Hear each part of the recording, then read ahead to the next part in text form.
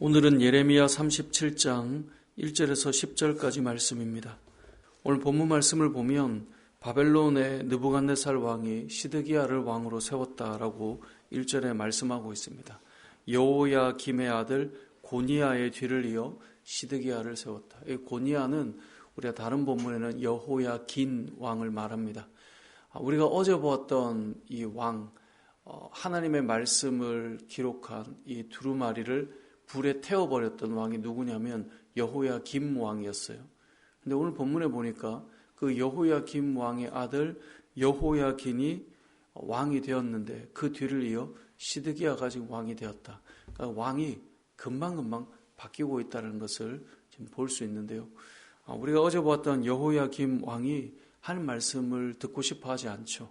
그래서 아예 불에 그 두루마리를 불에 태워버렸다라고 하는 것을 어제 보았는데, 그렇게 하나님 말씀에 불순종하고 하나님 말씀을 듣지 않으면 단순히 이스라엘 나라 자체도 어려움을 겪지만 본인의 자녀, 본인의 그 가정도 어려움을 겪는다라는 것을 알게 되는데요.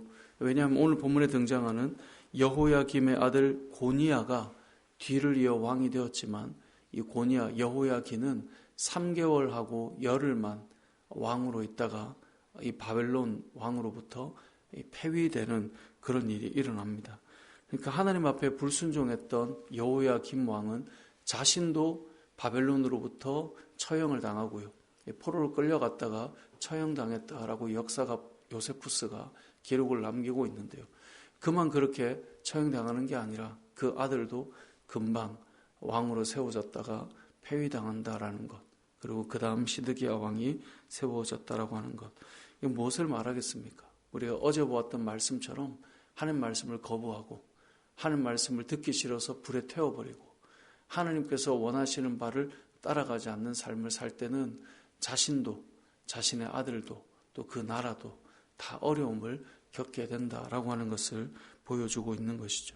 그것이 37장 1절이 함축적으로 담고 있는 내용입니다. 그래서 그 여호야김의 아들 이 고니야 왕도 폐위당하고 이제 새로운 왕 시드기야가 세워졌다라는 거죠. 자, 그렇게 세워진 시드기야라면 하나님 말씀을 들으면 얼마나 좋겠어요. 우리가 이전 세대나 이전의 사람이 그 자리를 감당할 때 하나님 말씀에 불순종해서 그것 때문에 징계를 받았다는 것을 눈으로 보았다면 하나님 말씀을 잘 듣고 따라가면 좋을 텐데요. 이 시드기야 왕도 그러지 못했어요. 분명히 예레미야를 통하여서 애굽을 의지하지 말라 그랬어요.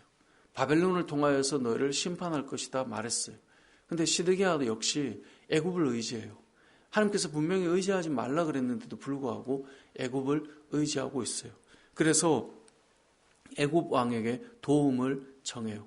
자, 그렇게 도움을 청할 때 실제로 애굽 군대가 이 5절에 보니까 바로의 군대가 애굽에서 나와서 예루살렘으로 에워쌌던 이 바벨론을 향하여 군인을 이끌고 와요. 그러니까 뭔가 되는 것 같단 말이죠. 그리고 실제로 바벨론 왕도 떠나가요.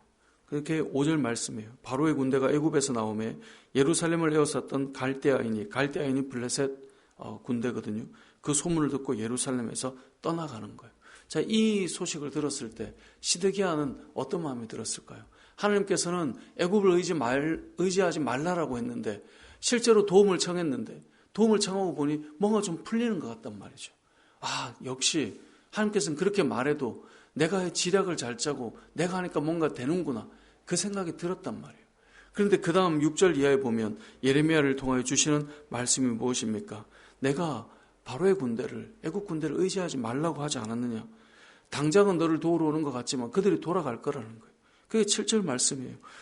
이 7절 하반절에 보면 너희를 도우려고 나왔던 바로의 군대는 자기 땅 애굽으로 돌아가고, 8절 갈대아인 블레셋이 다시 와서 이 성을 쳐서 빼앗아 불사르게 될 것이다.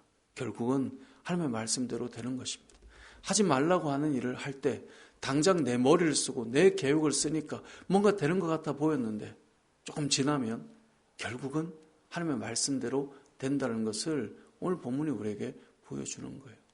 우리가 전임자나 그 이전의 왕이나 그 이전의 세대나 하나님 말씀을 떠나서 그것 때문에 징계를 받았음에도 불구하고 여전히 내 생각, 내 지략, 내 계획을 따라 나아갈 때, 뭔가 되는 것 같아서 또 잠시나마 우쭐할 때 결국은 시간 지나 보면요, 말씀대로 우리의 삶이 흘러가고 있음을 보게 된다는 것이죠. 이것이 오늘 본문을 통해 우리가 알 수 있는 메시지입니다. 자, 그런데 시드기야는 불순종하고 하는 말씀을 듣지 않으면서도 어려움이 오면 무엇을 요청합니까? 3절 말씀해 보니까요, 선지자 예레미야에게 시드기야 왕이 너는 우리를 위하여 우리 하나님 여호와께 뭐 해달라는 거예요? 기도해달라고 요청하고 있어요.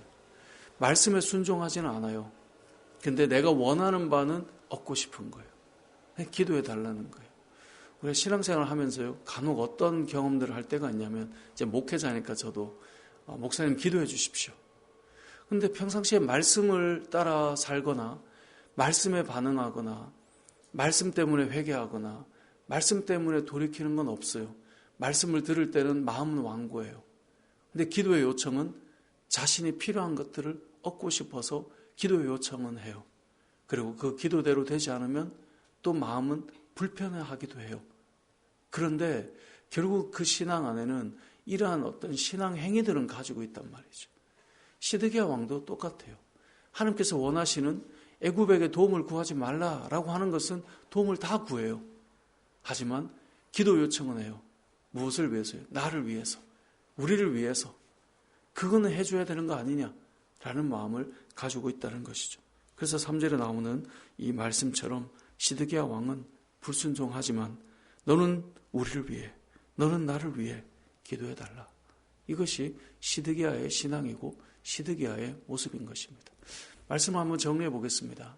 자, 시드기야 왕의 모습을 생각해 보면 하나님 말씀에는 순종하지 않고, 하지만 나를 위한 기도는 이루어졌으면 좋겠고, 그리고 이전 세대의 이전의 왕의 불순종의 모습을 통해 배우는 것은 없고, 그러다 보니 하나님께서 이 시드기야 왕에게 징계하고 있다는 것을 우리가 좀 생각해 보았으면 좋겠습니다. 우리의 신앙생활도 시드기야를 닮아 있을 수 있습니다. 말씀에 대한 순종은 없지만 나를 위해서 하나님이 일해 주셔야 되고, 하나님의 뜻이 무엇인지 들어도 따라가고 싶지 않고 내 머리로 살고 싶지만 결론적으로는 하나님께서 나를 위해 다 해주셔야 되는 것을 우리는 바라고 있는 모습, 이것이 오늘날 우리의 신앙의 현 주소일지도 모릅니다. 어쩌면 이 땅의 교회가 주님의 이름으로 모여있다라고 말은 하지만 정작 말씀대로 살기보다는 내 지략으로 잠시 이루어지는 것을 보고 우쭐하는 것, 그러면서 내가 잘 되는 것이 전부인 것처럼 흘러가는 그 신앙, 그 모습이 우리의 신앙의 현주소고, 그리고 우리의 모습일 수 있다는 것을 기억하시고, 또 우리가 보았던 여호야김의 그 불순종은 자신뿐만 아니라 자신의 자녀와 그 나라와 민족까지 어렵게 만든다라고 하는 것. 그래서 오늘 말씀을 통해서 우리는 하나님 말씀에 순종하는 삶, 주님 말씀이 들려질 때 돌이키고 회개하는 삶, 그리고 내 머리와 내 지략이 아니라 하나님께서 의지하지 말라라고 하면 의지하지 않아야 되는 거고요. 우리가 이렇게 될 것이다 말하면 그렇게 순종하며 나가면 되는 거예요. 그 순간에도 내 머리를 의지하고 어떤 일이 펼쳐졌을 때 분명히 하나님께서 도우셨다라고 말해놓고도 시간이 흐르면 그래도 내가 이렇게 했을 때, 내가 이렇게 잘한 것 때문에 결국은 나의 지략과 내 머리로 모든 것들을 만들어버리는, 공으로 세워버리는 그런 삶이 아니라 하나님을 의지하고 말씀에 순종하고 또 주님의 뜻을 따라 기도하고 나아가는 저와 여러분의 삶이 되시길 주님의 이름으로 축복합니다. 아멘.